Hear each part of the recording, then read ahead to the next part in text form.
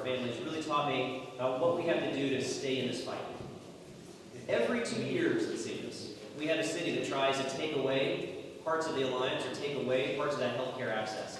You know, I remember when I was still at the DC Primary Care Association, they tried to start removing the ability for families to be able to sign up. And we had to fight to get that back.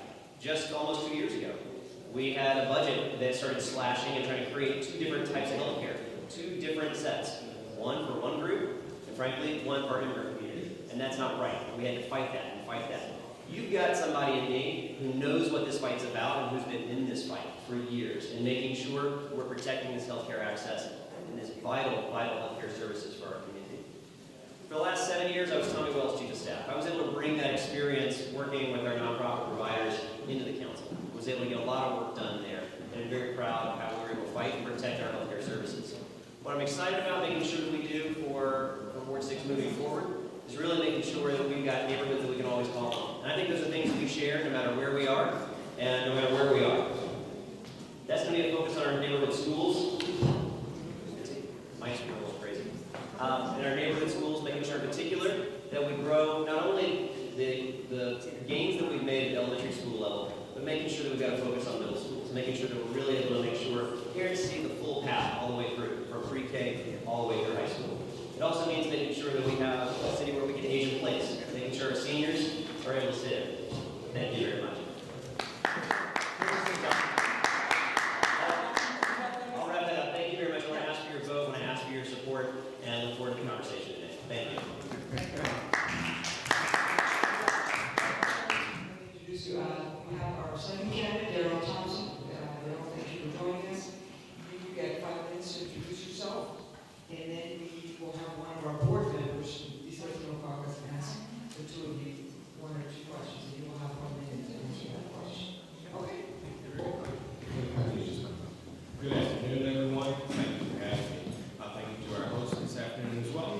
My name is Daryl Thompson, candidate for BC Council Ward 6. I got this race to make sure that this Ward 6 moves forward for everyone, and this city moves forward for everyone. We've certainly seen an awful lot of progress in our city. We've seen a lot of progress in Ward 6. But whether you've been in Ward 6 for 3, 5, or 7 years, or 20, 30, 40, even 50 years, the question is making sure that the Ward moves forward for everyone. I've talked to residents going door to door that are concerned about education. I spoke to a woman last week.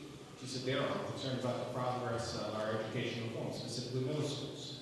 I talked to residents that were concerned about their buildings, going from apartment to condo, or those that are concerned about the progress in our neighborhoods, and making sure that the progress and the development preserves the integrity and the character of our neighborhoods.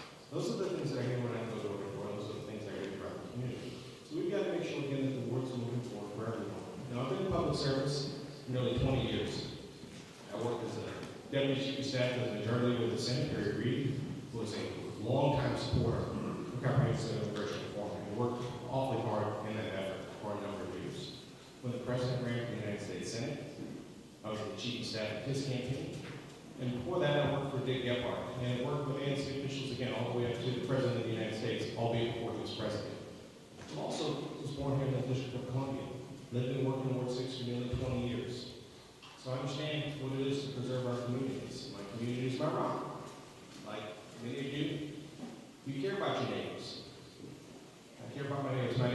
My next door neighbor, her artwork, the daughter of her artwork, is sitting on my refrigerator right now. I share it with her brother when he plays Little League, even though I'm the coach of the team, the opposing team. We celebrate our holidays together. We cheer for one another on good times, and also comfort one another on bad times. Like many of you, my community is my rock. Now, I got in this race again to make sure that the Ward moves forward for everyone. There are 6 things I want to call 6-point plan for progress, so make sure we do that. It means all of our schools have produced our best schools. We've also got to make sure that we're closing the achievement gap. We can't talk about fixing our schools in the district without talking about closing the achievement gap and the disparities that exist among our students. We've got to make sure that we have housing for all of our neighbors. That means affordable housing across the board. Our streets have to remain safe. We have to continue to provide parks and green space. We've got parking lots at our RFK Stadium that should be soccer fields. We also should make sure we continue to improve our parking and our transportation challenges, and also we can't have this conversation without talking about jobs and job creation and providing job training opportunities when we're using district resources. a pleasure to be here with you all this afternoon. Again, my name is Mayoral Thompson. The election's on April 1st. I'm asking for your support, and for more important, I'm asking for your vote.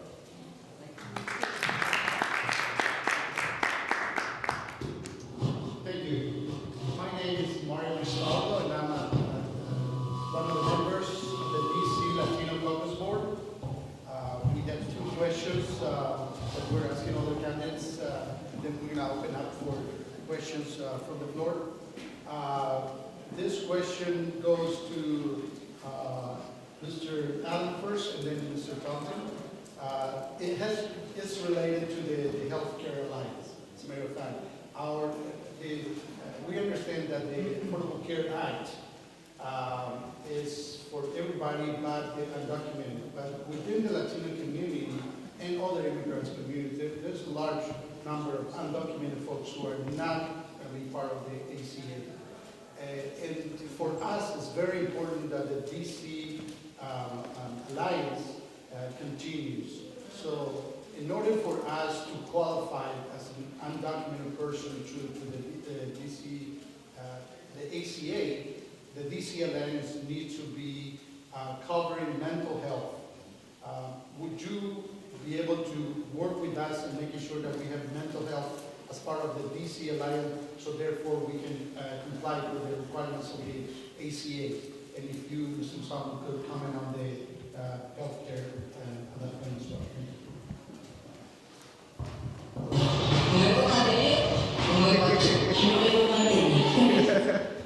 How about we try not to use the mics and we'll just use our voice and we'll project as best we can. All right. Oh, what radio we've got through the mic. That's great. You've got a partner, you've got an ally as we look at how we make sure our alliance system is covering not only all of our residents, but all the services that are needed. And this is exactly what I've done for a decade. You know, I'm very proud of the work that I did as we helped build the alliance, as we helped create that program, and then have to fight to protect it every single time. You know, I remember back when I was with the DC Primary Care Association, when one of the challenges we had was for our undocumented neighbors who were trying to make sure they get enrolled in the program. And we had a system that was set up to try to have incredibly cumbersome amounts of paperwork and documentation that was needed. And so we worked very carefully with La Clinica, with Mary Center and others to make sure that people could get that care. When we talk about making sure you get the full complement, that's going to be mental health care. But I'm going to be somebody who knows how we make sure the Alliance serves all of our residents and has the full suite of services and healthcare access, because I've done it before. And you've got a partner and an ally, and you'll absolutely be right there with them. All right. Thank you. Again, I worked in the Senate for 8.5 years. Spent a lot of late nights working on passing the Affordable Care Act. I want to make sure I'm working with you all to make sure that we're providing mental health services across the board. But also, in passing the Affordable Care Act, we also did a number of things to really make sure we were eliminating health disparities across the board. Making sure that we're counting statistics, making sure that we're doing things necessary, providing an institute at the National Institutes of Health that actually looks at disparities and how we eliminate health disparities, and recognizing that that's one of the main marquee points to achieving health care. So thank you. Okay. 30 seconds. Okay. So we'll give the third question after, the 30 seconds after. As you both know, Latinos are over 10% of the city's population at this point. But as the city becomes more diverse, and we're receiving more than 1,200 new residents per month, according to the latest census. What would you do to ensure that minority communities already here and all-time residents and other underserved communities are not displaced the way they are, particularly in Ward 6 and other areas where minority communities live in the district? Well, that's exactly a major part of my campaign and the type of things that I want to be working on. I believe it comes down to a major barrier. It has to do with housing, and how, in particular, the city has shifted its focus to studios and one-bedrooms. And really, I want to be able to bring that pendulum back a little bit, focus on family-based affordable housing. You know, there's a time and a place in your life when a 500-square-foot studio makes sense, but there's a time and a place when it doesn't. And making sure we get family-based housing is a major part of how we solve our problems for all our communities, but making sure sure that residents are able to stay here, but also able to be drawn into our communities and make sure they see it as if this is a neighborhood they can call home. You know, we do have a wonderfully diverse city. I'll tell you, I would absolutely love the next time the Latino Caucus meets, I'd love for it to be in Ward 6. That's part of what we need to grow. I mean, I've been coming to the Butler Center here for the last several years as DC Latino Caucus has met here. I'd love for us to make sure that in Ward 6, we're also a place where Latino Caucus feels that they're representing a major part of Ward 6 as well. Thank you. The challenges we have with housing didn't start yesterday. They come from years of neglect and not actively taking steps to provide affordable housing for our neighbors. We've got to make sure that the Production Trust Fund is funded and make sure we're funded adequately and appropriately every year so we don't have this challenge. We've got to make sure that we're providing large-scale affordable housing. So it's not just, as we've talked about, not just 1- and 2-bedroom apartments, but making sure that we can provide large-scale units so that families can in fact live there. But the other thing, when we're doing that, we're providing job training opportunities. And that's what we need in our community, job training opportunities. Throughout my career, I worked on issues to improve diversity.